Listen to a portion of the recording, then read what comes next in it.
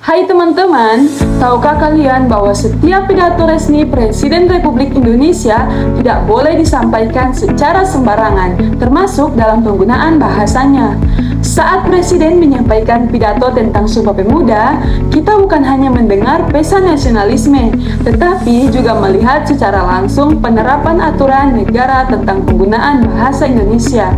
Pada video ini, saya akan menjelaskan pasal 5 Peraturan Presiden Republik Indonesia Nomor 63 Tahun 2019 tentang penggunaan bahasa Indonesia serta contoh penerapannya melalui pidato Presiden Prabowo Subianto.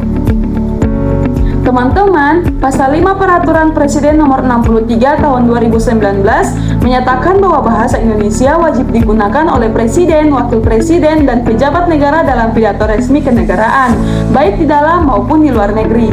Artinya, dalam setiap pidato resmi bahasa Indonesia harus menjadi bahasa utama yang digunakan.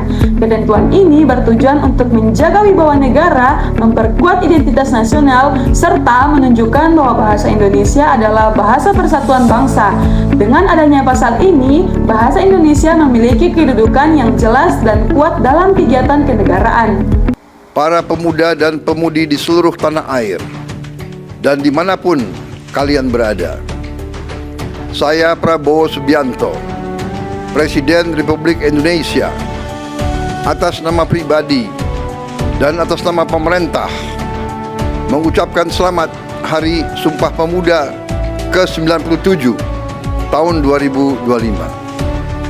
Hari ini kita memperingati sebuah tonggak sejarah penting saat pemuda Indonesia pada tahun 1928 meneguhkan tekad yang menyatukan bangsa, bertumpah darah satu tanah air Indonesia, berbangsa satu bangsa Indonesia, dan menjunjung bahasa persatuan bahasa Indonesia. Contoh nyata penerapan pasal 5 dapat kita lihat dalam video pidato Presiden Prabowo Subianto saat memperingati Hari Sumpah Pemuda. Dalam pidato tersebut, Presiden menyampaikan seluruh isi pidato menggunakan bahasa Indonesia yang baik, jelas, dan tegas tanpa mencampur adukan bahasa asing.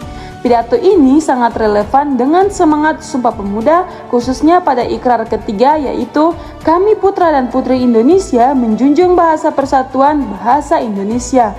Dengan menggunakan bahasa Indonesia dalam pidato tersebut, Presiden tidak hanya menyampaikan pesan nasionalisme, tetapi juga secara langsung melaksanakan amanat pasal 5 Perpres nomor 63 tahun 2019.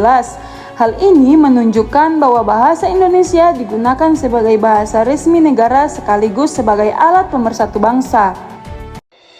Nah, pasal 5 ini mengajarkan bahwa bahasa Indonesia bukan sekedar alat komunikasi, tetapi merupakan simbol persatuan dari jati diri bangsa. Ketika Presiden memberi contoh menggunakan bahasa Indonesia dalam pidato resmi, maka masyarakat, khususnya generasi muda, diharapkan dapat meneladaninya dalam kegiatan formal, akademik, dan kenegaraan. Penggunaan bahasa Indonesia yang baik dan benar mencerminkan sikap cinta tanah air. Sebagai kesimpulan, pasal 5 Peraturan Presiden Nomor 63 Tahun 2019 menegaskan kewajiban penggunaan bahasa Indonesia dalam pidato resmi Presiden dan pejabat negara. Pidato Presiden Prabowo Subianto tentang Sumpah Pemuda menjadi contoh nyata bahwa aturan ini benar-benar diterapkan dalam kehidupan berbangsa dan bernegara.